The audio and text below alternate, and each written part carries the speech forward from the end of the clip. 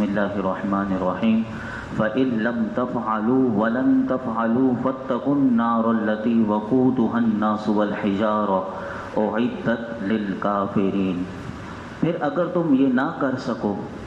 اور تم ہرگز نہ کر سکو گے تو اس آگ سے ڈرو کہ جس کا ایندھن آدمی اور پتھر ہیں اور وہ کافروں کے لیے تیار کی گئی ہے۔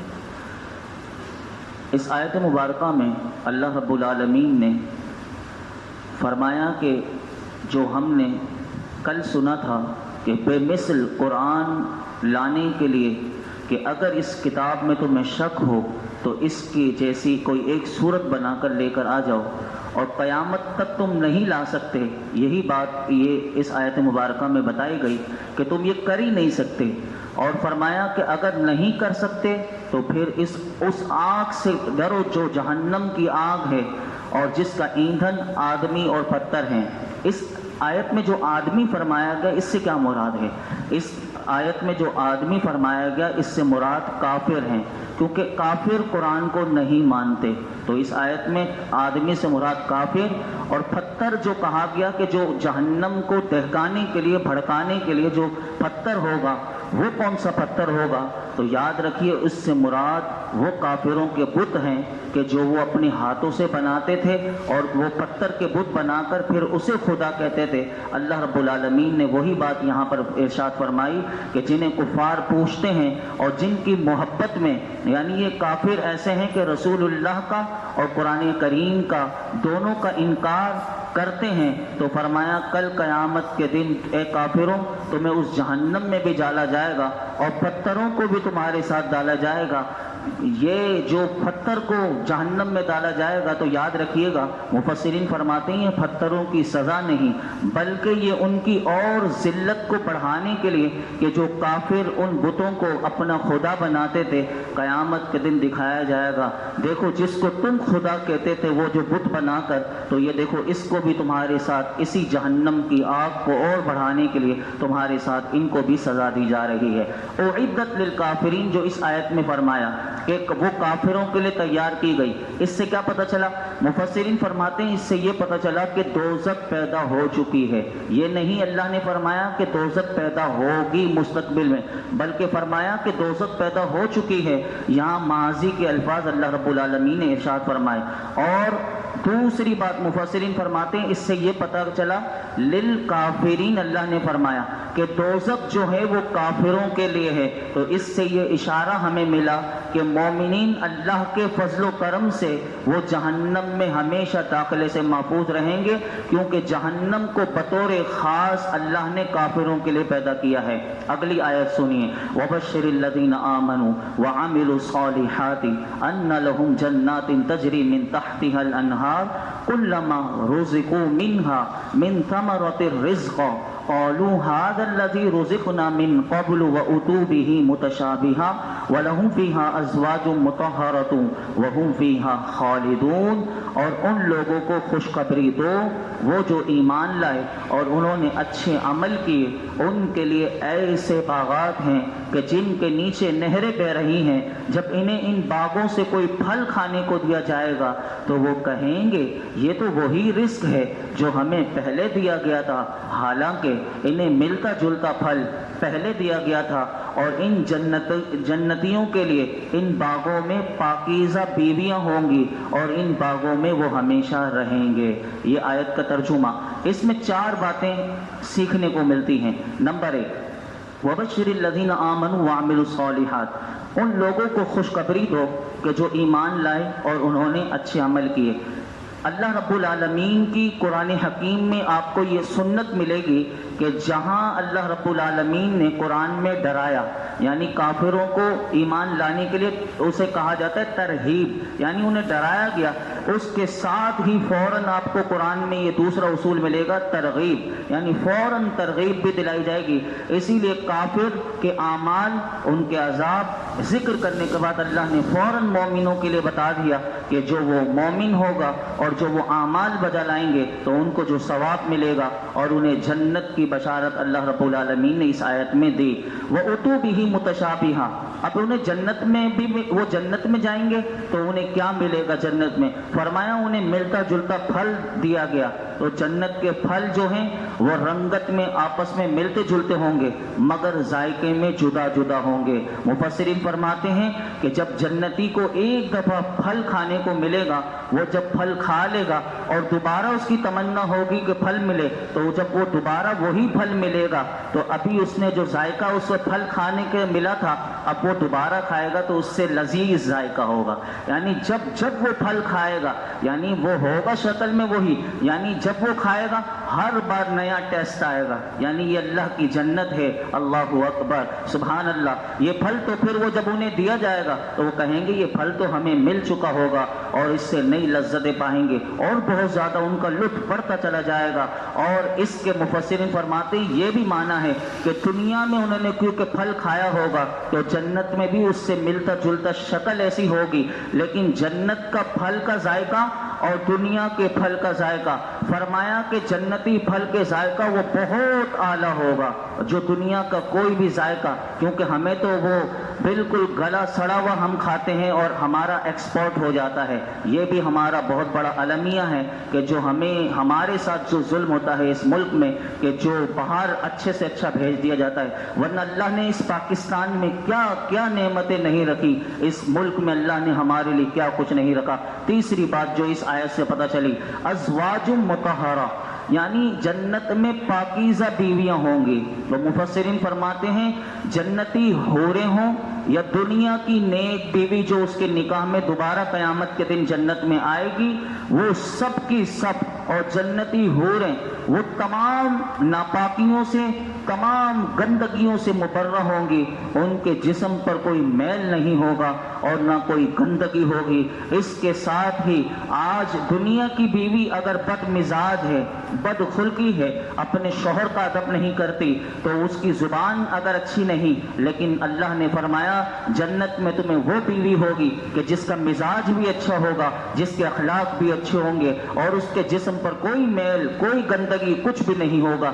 ایسی تمہیں میں جنت میں پاکیزہ بیویاں بھی دوں گا اور جنتی حوریں بھی دوں گا. کیا مقام ہے یہ جنتیوں کا. آخر میں فرمایا ہم فیہا خالدون. چوتھی بات جو اس آیت مبارکہ سے پتہ چلی وہ یہ کہ وہ جنتی جو جنت میں جائیں گے وہ بھی کبھی فنا نہیں ہوں گے اور جنت کا جو مکان ہے وہ بھی کبھی فنا نہیں ہوگا. جنتی بھی ہمیشہ رہیں گے، جنتی نعمت بھی ہمیشہ رہیں گی. تو فرمایا کہ ایسی جنت کے لیے پھر ہمیں کیسی کوشش کرنی چاہیے. چوتھے پارے میں آپ دیکھیں گے اسی جنت کی طرف کوشش کرنے کے لیے ہمیں وہ کہا گیا کہ اس جنت کی طرف دوڑ لگاؤ، اس جنت کے لیے کوشش کرو. لیکن آج ہم دنیا کی وہ نعمتیں ہم چاہے کتنی بھی محنت کر کے سب کچھ بنا لیں، کیا پتا کہ ہم اس میں رہ پائیں نہ پائیں. ہماری آنکھ بند ہو جائے، یہیں روح نکل جائے تو یہیں رہ گیا، سب کچھ یہیں رہ گیا، پیچھے لڑ رہے ہوتے ہیں سب. لیکن جنت ایسی اللہ کی جنت ہے کہ جو وہ جنت بھی فنا نہیں ہوگی، وہ بندہ بھی فنا نہیں ہوگا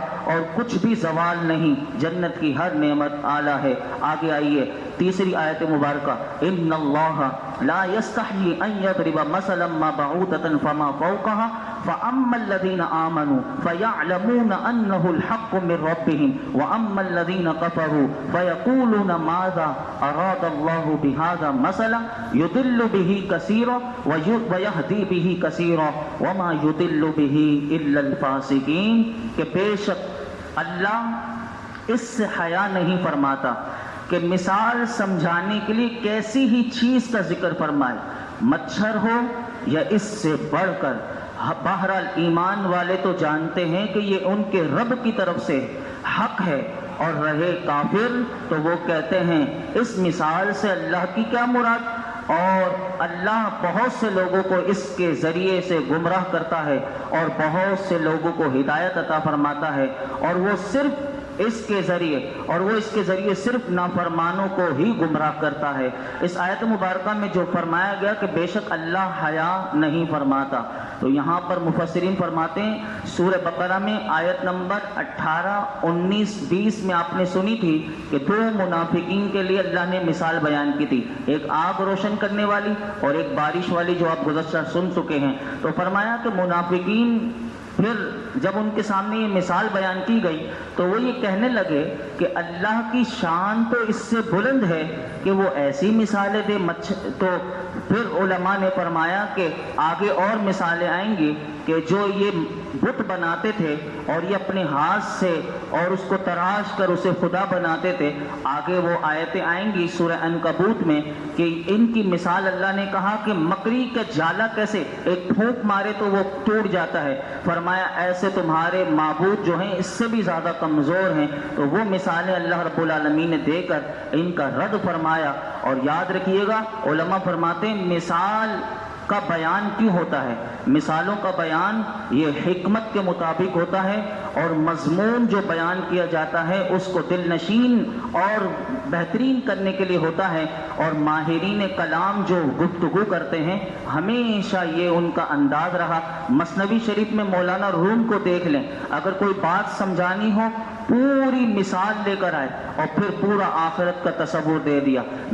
جو پہلے مثنوی شریف پڑھتے تھے، جو مدارس میں پڑھائی جاتی تھی، کیسے لوگ عالم بھی ہوتے تھے اور وہ کیسے ماہر بھی ہوتے تھے۔ آج کیونکہ ہم یہ پڑھتے نہیں تو مثال کے ذریعے انسان بہت جلدی سیکھ جاتا ہے، تو یہی اللہ کا بھی وہ انداز ہے اور یہ بتایا گیا۔ اس آیت میں ایک اور بات ارشاد فرمائی، یضل بہ کثیرا، کہ بہت سے لوگوں کو اللہ اس کے ذریعے گمراہ کرتا ہے، یعنی اس قرآن کے ذریعے بہت سے لوگ گمراہ ہو جاتے ہیں۔ تو مفسرین نے اس کا جواب دیا کہ ان الفاظ سے کافروں کو یہ جواب دیا گیا کہ جو تم مثال اللہ کی بیان کرنے پر اعتراض کر رہے ہو اور یہ پوچھ رہے ہو کہ اللہ کا اس سے کیا مقصود ہے، تو مفسرین فرماتے ہیں کہ یہ اس سے مراد یہ ہے کہ مومنوں کے بارے میں مثالیں ہوں یا کافروں کے بارے میں مثالیں ہوں، اس کی یہ دلیل ہے کہ قرآن کی مثالوں کے ذریعے بہت سے لوگ گمراہ بھی ہوتے ہیں۔ پھر اس کے بارے میں سمجھایا کہ جن کی عقلوں پر جہالت کا غلبہ زیادہ ہوتا ہے اور جن کی عادت، جن کی طبیعت میں یہ ہوتا ہے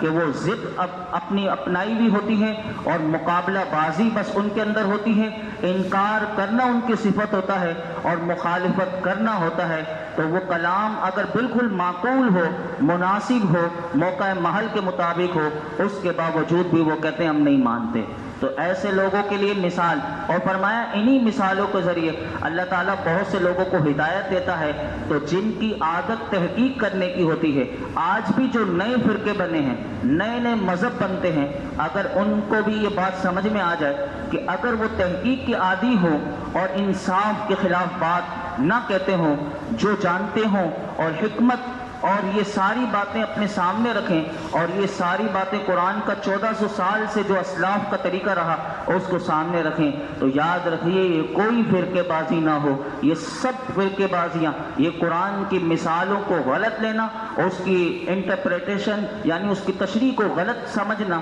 اور غلط بیان کرنے کی وجہ سے ہی لوگوں نے اپنا اپنا بنا لیا۔ تو یہی بات بتائی گئی کہ عظیم المرتبہ چیز کی مثال جو دی جاتی ہے ہمیشہ قدر و قیمت کے ساتھ دی جاتی ہے، اور حقیر چیز کی مثال ہمیشہ ادنی چیز کے ساتھ مثال دی جاتی ہے۔ یہی اللہ کا انداز ہے اور یہی قرآن میں ہمیں ملتا ہے۔ وما يضل به الا الفاسقین، یہ آیت مبارکہ جو مکمل ہوتی ہے اور اس میں یہ فرمایا گیا کہ اس کے ذریعے یعنی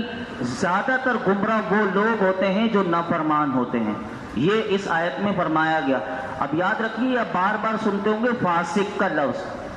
یہ فاسق کیا ہوتا ہے؟ وما يضل به الا الفاسقین، اور قرآن میں بار بار آگے بھی آئے گا کہ اس قرآن کے ذریعے بہت سے لوگ جو نافرمان ہیں اللہ کے وہ گمراہ ہوتے ہیں، اور یہ بھی یہاں پر بھی یہی فرمایا گیا اس کے ذریعے صرف نافرمانوں کو گمراہ کرتا ہے۔ یہ فاسق کسے کہتے ہیں؟ تو فاسق کی تعریف یاد رکھیے گا، فاسق اسے کہتے ہیں، اس نافرمان کو کہتے ہیں جو کبیرہ گناہ کا مرتکب ہو، جو بڑے بڑے گناہ کرتا ہو۔ پھر علماء نے فرمایا فسق کے 3 درجے ہیں۔ نمبر 1 اس کو کہتے ہیں تغابی، نمبر 2 علماء فرماتے ہیں اسے انہماک کہتے ہیں، تیسرا درجہ جو ہے فاسق کا وہ جحود ہے۔ یہ یاد رکھیے گا۔ اب اس تینوں میں سے ہم کس کیٹیگری میں آتے ہیں تو ہم خود اپنا دیکھ سکتے ہیں، تغابی،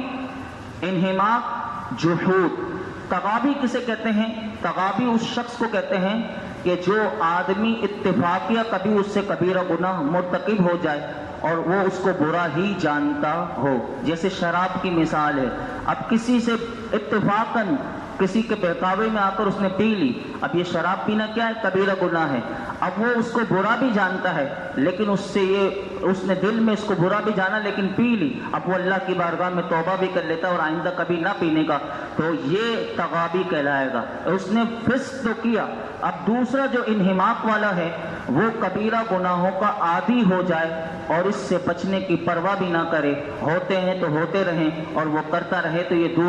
دوسرے کو انہماک کہتے ہیں۔ تیسرا جو جہود فاسق ہوتا ہے یہ وہ ہوتا ہے کہ جو حرام کام کو بھی اچھا کر کے سمجھ کرتا ہے، یعنی حرام ہے اسے پتہ ہے یہ حرام ہے، اس کو 100% پتہ ہے کہ یہ چیز اللہ نے حرام کر دی، جیسے زنا ہے، جیسے شراب ہے، جیسے ماں باپ کی نافرمانیاں، بہت سے حرام کے کام ہیں، اب اسے جانتا بھی یہ حرام ہے، اس کے باوجود وہ اس کا ارتکاب کرتا ہے، تو علماء فرماتے ہیں اس درجے والا تو ایمان سے بھی محروم ہو جاتا ہے۔ اور فرمایا پہلے 2 درجوں میں اگر اس میں سے کبیرہ گناہ میں سے اگر کوئی کفر نہیں کرتا اور شرک نہیں کرتا تو وہ مومن اور مسلمان رہے گا، اور تیسرا جو ہے وہ تو ایمان سے ہی خارج ہو جائے گا۔ تو ہمیں تینوں درجوں سے بچنا چاہیے، تغابی ہو، انہماک ہو، جہود ہو، ان تینوں باتوں سے اپنے آپ کو بچانا چاہیے، اور فسق کا لیبل ہمارے اوپر نہ لگے، ہمیں گناہوں سے بچنا چاہیے، یہی قرآن کا